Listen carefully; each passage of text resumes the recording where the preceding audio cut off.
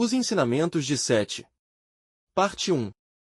Entre 1963 e 1984, uma entidade de outra dimensão chamada Sete usou Jane Roberts como médium para escrever vários livros sobre a realidade, as dimensões, o sentido da vida e os obstáculos a uma vida melhor. Segundo ele, a consciência cria matéria, e cada pessoa cria sua própria realidade por meio de pensamentos, crenças e expectativas. Cada pessoa pode mudar sua realidade ao usar o momento presente de forma criativa. Basicamente, o propósito da vida é ser, em oposição a não ser. No seu sistema de realidade tridimensional, você está aprendendo a usar sua energia mental, energia do pensamento ou energia psíquica.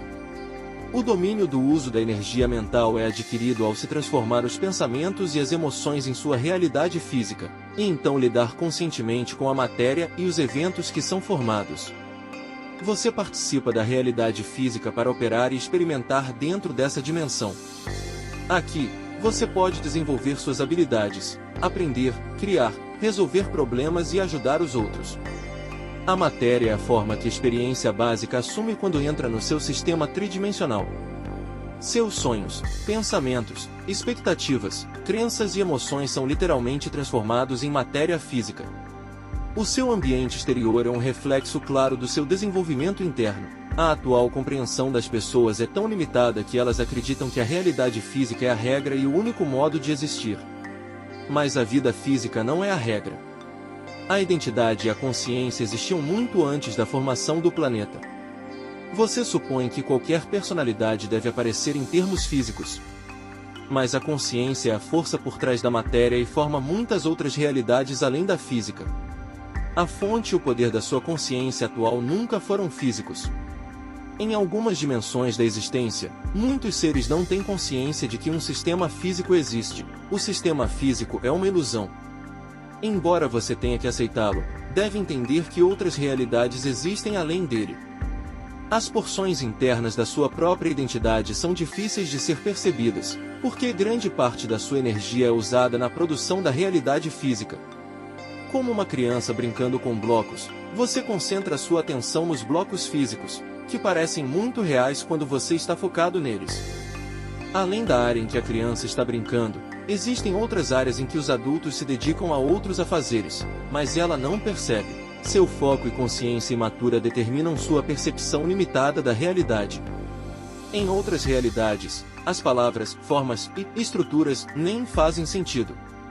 A sua ideia de progresso é construir blocos maiores, até o dia em que você deixará de lado seus brinquedos de criança. A realidade física é como um palco no qual várias formas de consciência participam de uma peça de teatro, experimentando sensações e situações. É um sistema de treinamento para a consciência emergente. Antes de ser admitido em sistemas mais extensos e abertos de realidade, é necessário primeiro aprender a lidar com a energia e ver além da realidade física, do resultado concreto do pensamento e da emoção. Quando se aprende essa lição, as vivências no mundo material não são mais necessárias. Na verdade, uma parte do eu consciente reside na realidade física enquanto outras porções da sua identidade residem simultaneamente em outros sistemas de treinamento. O treinamento atual serve para permitir a existência em uma variedade de sistemas interrelacionados.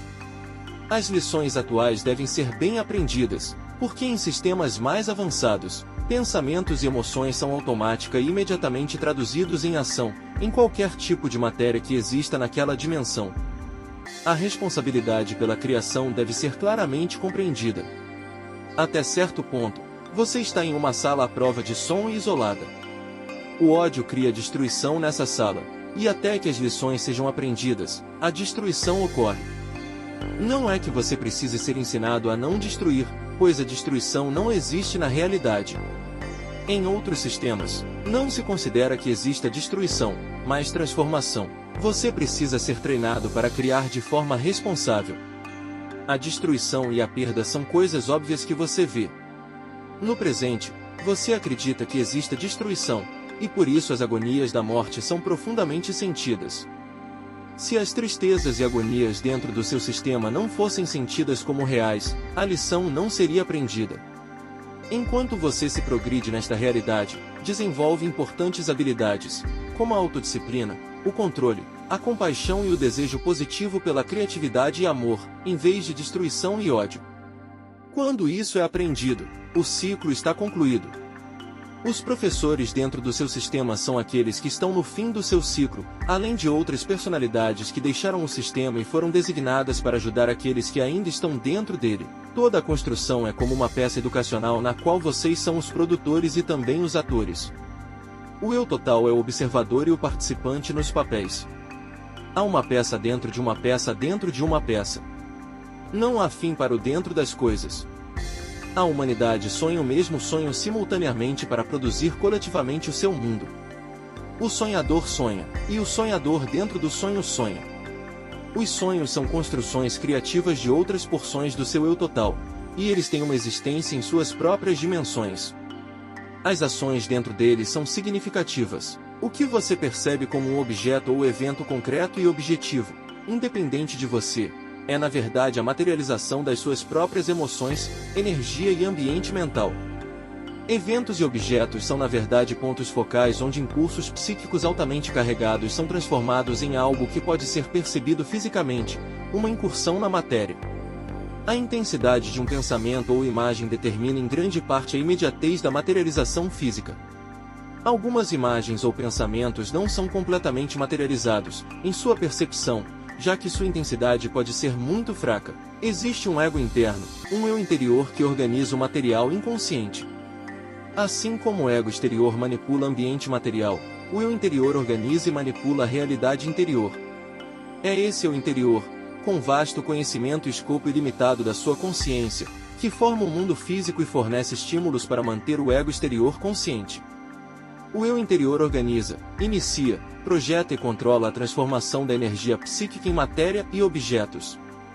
A energia desse eu interior é usada por ele para formar sua contraparte material, que é você, para lidar com a realidade física, criar e desempenhar seu papel criativo. O eu interior individual, por meio de intenso e constante esforço, coopera com outras entidades semelhantes para formar e manter a realidade física que você conhece. O eu interior tem um reservatório virtualmente infinito de onde tirar conhecimento e experiência. Todos os tipos de escolhas estão disponíveis, e a diversidade da matéria física é um reflexo dessa fonte profunda e variedade.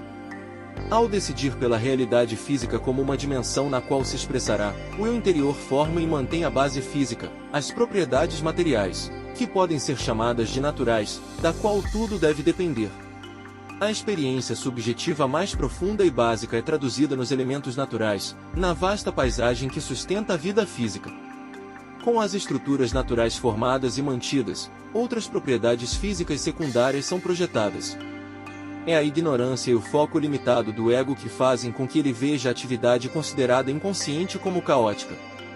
O ego lida com a realidade física e não pode conhecer todo o material inconsciente diretamente. Ele não é consciente o suficiente para conter o vasto conhecimento que pertence ao eu interior do qual ele brota. O ego exterior é alimentado com pequenas porções da realidade total, recebendo apenas os sentimentos, emoções e dados com os quais pode lidar.